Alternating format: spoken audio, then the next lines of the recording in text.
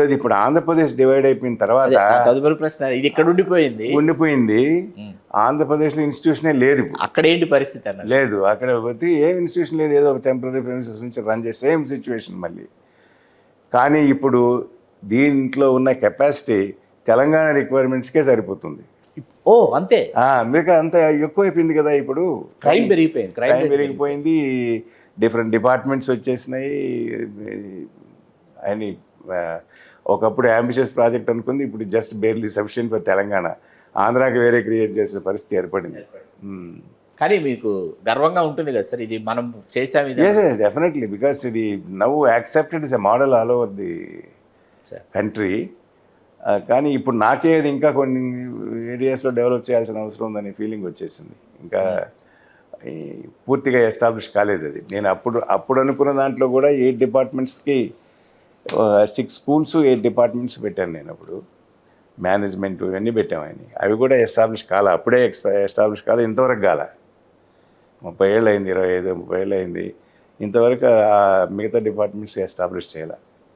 Research and development department ఒకటి ఉంది, ఈ తర్వాత మేనేజ్మెంట్ డిపార్ట్మెంట్ ఒకటి ఉంది.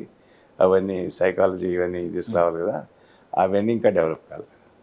సార్ 69 తెలంగాణ ఉద్యమ సమయంలో ఒక రాజకీయ ఖైదీకి మీరు అతిథి మర్యాదలు చేశారని, ఎవరు సార్ రాజకీయ ఖైదీ?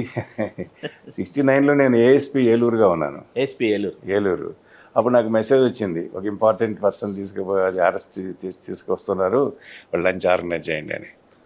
నాకు అప్పుడు ఇంపార్టెంట్ అంటే చెన్నారెడ్డి గారే, అప్పుడు ఈ వాజ్ లీడింగ్ ది 69 మూమెంట్. ఆయన అయ్యి ఉంటారు అనుకున్నా, కానీ I was not sure. But Sanath Kumar అనే అప్పుడు డిప్యూటీ సూపరింటెండెంట్ ఆఫ్ పోలీస్ అన్నప్పుడు ఆయన ఎస్కార్ట్ చేసి తీసుకొస్తున్నాడు ఆయన్ని. వచ్చి చూస్తే చెన్నారెడ్డి గారిని తీసుకొచ్చి ఆయనకి అక్కడ జిల్లా పరిషత్ గెస్ట్ హౌస్లో లంచ్ అంతా ఆర్గనైజ్ చేసి, అప్పుడు ఆయన నాకు పెద్ద పరిచయం లేదు, అసలు లేదు, పెద్దగా కాదు. మీది ఏ ఊరు అని అడిగాడు ఆయన. నెల్లూరు సార్ అని చెప్పాను.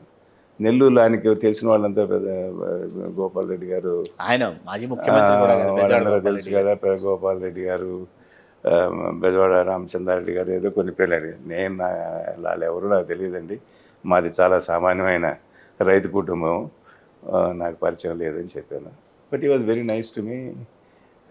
ఆయన వచ్చినాడు, భోజనం చేస్తున్నాడని తెలిసి లోకల్గా ఉన్న కొంతమంది వచ్చి జైది ఆంధ్ర అని ఏదో నినాదాలు చేస్తే ఆయన ఏమనుకోలేదు. చూసి ఇది ఏమిటి ఎజిటేషన్, హైదరాబాద్ చూస్తే అక్కడ చూడండి మీకు తెలుస్తుంది ఎజిటేషన్ ఎంత స్ట్రాంగ్గా ఉందో అని అన్నాడు. అంటే ఇదే ఎజిటేషన్ అన్నట్టుగా అన్నాడు. ఇక్కడి నుంచి తర్వాత లంచ్ తర్వాత వెళ్ళిపోయారు, రాజమండ్రికి తీసుకెళ్ళారు ఆయనే సార్. అప్పుడే మొరార్జీ దేశాయ్ గారు కూడా వచ్చారు, నేను అక్కడ ఏలూరులో ఉన్నప్పుడే. అప్పుడే కొంచెం కొంతకాలం తర్వాత అప్పుడు ఆయన డిప్యూటీ ప్రైమ్ మినిస్టర్. అప్పుడు ఏదో ఒక గాంధీ ఇన్స్టిట్యూట్ ఏలూరులో ఉంటే మూర్తిరాజు గారిది అనుకుంటాను, అది విజిట్ చేయడానికి వచ్చారు. అప్పుడే ఆయన కూడా ఫస్ట్ టైం చూడడం, అదే గెస్ట్ హౌస్లో ఆయన కూడా లంచ్ చేశారు. ఆయన అంత నట్స్ లంచ్ అయింది, ఏం తినేవాడు కాదు, రైస్ పేట పోయని ఏమి, only nuts and some milk ఏదో తీసుకున్నాడు అంతే, చాలా లైట్ ఫుడ్ అనమాట.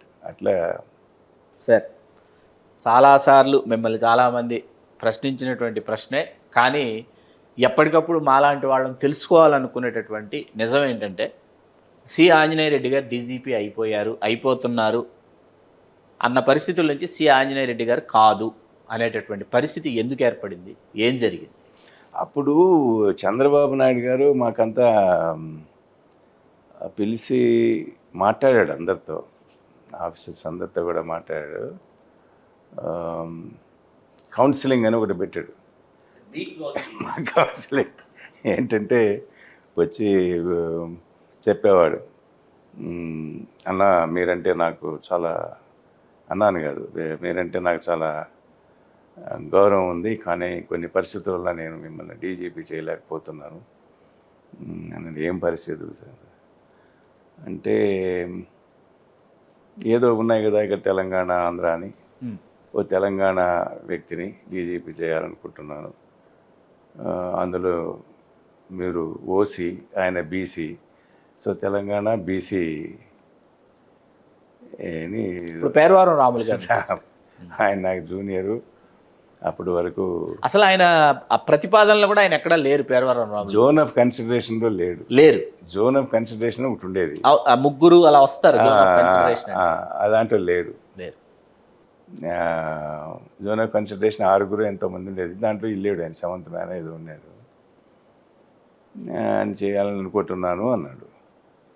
నేను చెప్పినా సార్, అవుట్ గోయింగ్ డీజీపీ ఒక బీసీ, ఆయన ఎవరు దొర, హెచ్జే దొర గారు, ఆయన బీసీ. హోమ్ మినిస్టర్ ఒక బీసీ, దేవేంద్ర గౌడ్ గారు. మళ్ళీ ఇన్కమింగ్ డీసీ కూడా మీరు బీసీ అంటే ఆల్ ఇండియా సర్వీస్లో బీసీ అనేది లేదండి. అప్పుడు లేదు, ఇప్పుడు వచ్చింది ఓబీసీలు. ఇప్పుడు ఓబీసీ ఉన్నాయి, అప్పుడు లేదు. ఆ టైంలో లేదు. ఇది ఆల్ ఇండియా సర్వీసెస్లో ఇవన్నీ నాకు తెలుసు, నాకు మీకు అయినా మీకు చెప్తున్నాను అని ఏదో చెప్పాడు. చెప్పిన తర్వాత నేను మీ ఇష్టం సార్, మీరు మీ కోర్టుకు కూడా వెళ్ళారు సార్ మీరు? చెప్పాను, నేను అప్పుడు ఆయనకే చెప్పాను. కానీ నేను I have to defend my rights అందుకే చెప్పాను. తర్వాత నేను వచ్చేసిన తర్వాత ఆయన, నాకు అంతకుముందే కొంచెం అనుమానం ఉంది, ఏదో చేస్తున్నారని. నన్ను చాలామంది చెప్పారు, ఒకసారి పోయి సీఎం కలిసి మాట్లాడు అట్లా. 35 సంవత్సరాలుగా ఆయనకి నన్ను గురించి తెలుసు, నాకు ఆయన గురించి తెలుసు. ఇప్పుడు మళ్ళీ పోయి సార్ నన్ను మీరు డీజీపీ చేయని అడిగితే ఏం మర్యాద ఉంటుంది, ఆయనకి ఏం మర్యాదగా ఉంటుంది, నాకు మంచిది కాదు అని చెప్పి నేను వెళ్ళలేదు. దానివల్ల కొంతమంది తప్పుపట్టారు నన్ను, నువ్వు వెళ్ళకపోవడం వల్ల అన్బిటింగ్లీ నువ్వు ఏదో గర్విష్ఠం అనే ఇంప్రెషన్ ఇచ్చారు అని. నా ఉద్దేశం అది కాదు. నా ఉద్దేశం ఏంటంటే, ఆయనకి నా గురించి తెలుసు, నాకు ఆయన గురించి తెలుసు. నేను మళ్ళీ పోయి ఆయన మీద ప్రెజర్ పెట్టడం ఏంటి? తర్వాత ప్రజారాజ్యంలోకి వచ్చిన తర్వాత ఈ దేవేంద్ర గౌడ్ వచ్చి మళ్ళీ ఆయన జాయిన్ అయ్యారు కదా, వచ్చాడు కదా, అప్పుడు నాతో ఆయన చెప్పడం, నా తప్పే లేదు, ఇదంతా చంద్రబాబే చేసినాడు అని చెప్పాడు నాకు. ఆయనేమో హోమ్ మినిస్టర్ కొంచెం అదే సామాజిక వర్గం పేరవారం రాములు గారు కూడా. అదే హోమ్ మినిస్టర్ చాయిసే రాములు అని ఆయన చెప్పాడు, చంద్రబాబు నాయుడు గారు. ఈయనేమో ఇదంతా ఆయన నా మీద చెప్పాడు, కానీ అసలు సంగతి అంతా ఆయనే చేశాడు అని అతను చెప్పాడు. ఏది ఏమైనా దానికి కొన్ని రూల్స్ ఉన్నాయి. ఆ రూల్స్ ప్రకారం చూస్తే నేను 1 year సీనియర్ అతనికంటే. నా record is far superior to his record అని హైకోర్టే రికార్డ్ చేసింది. మా రికార్డ్స్ 2 పిలిపించి చూసి my record is far superior to his record అని రాశారు. Record is superior, seniority 1 year I'm senior to him. తర్వాత నాకున్న సర్వీస్ అంతా ఒక 1 year ఎంతో ఉండేది. నన్ను రాకూడదని అది చంద్రబాబు గారితో కూడా చెప్పాను నేను. సార్ మీరు దొరని 4 ఏళ్ళు 5 ఏళ్ళు డీజీపీగా పెట్టారు, ఎందుకు? Just keep me out. ఆయన ఢిల్లీకి పోవాలని అడిగాడు దొరగారు. 3 సంవత్సరాల తర్వాత ఏదో ఢిల్లీకి పోతానని ఏదో అడిగాడు, లేదు ఉండమన్నాడు ఆయన్ని. ఎందుకు? జస్ట్ కీప్ మీ అవుట్ చెప్పాను ఆయనకి. మీరు నాకు 3 సార్లు జీవితంలో ఇది చేశారు వ్యతిరేకంగా. ఒకసారి నేను ఆర్టిస్ట్లో ఉన్నప్పుడు తీసి పడేశారు, నన్ను ఫైర్ సర్వీస్కి వేసినారు. రెండోసారి నేను కమిషనర్ కావాల్సిన వాడిని, జనరల్గా డీజీపీ తర్వాత నెక్స్ట్ మ్యాన్ కమిషనర్గా ఉంటారు ఇక్కడ, కావాల్సిన వాడిని నాకంటే 7 years జూనియర్ ఉన్నవాడిని, నా దగ్గర డిఏజీగా పనిచేసిన వాడిని మీరు కమిషనర్గా వేసినారు, ఆర్పి సింగ్ అనే, హైదరాబాద్ 2 సార్లు. ఇది 3వసారి సార్, ఇది 3 times you have hurt me అని చెప్పాను. లేదు మీరు అట్లా అనుకోవద్దు, అది ఇదని ఏదో చెప్పాడు. Please do subscribe to Telugu Rajyam channel. Please do subscribe to Telugu Rajyam channel. Please do subscribe to Telugu Rajyam channel. Hi అండి, నేను మీ ఆర్పీని, నెల్లూరు పెద్దారెడ్డి చేపల పులుసు ఓనర్ని. మీరు తెలుగు రాజ్యం అనే ఈ యూట్యూబ్ ఛానల్ సబ్స్క్రైబ్ చేసుకుని మంచి వీడియోలతో వస్తారు. Thank you so much. Hi people, I'm Sonakshi Verma and you please watch Telugu Rajyam and please subscribe to the channel.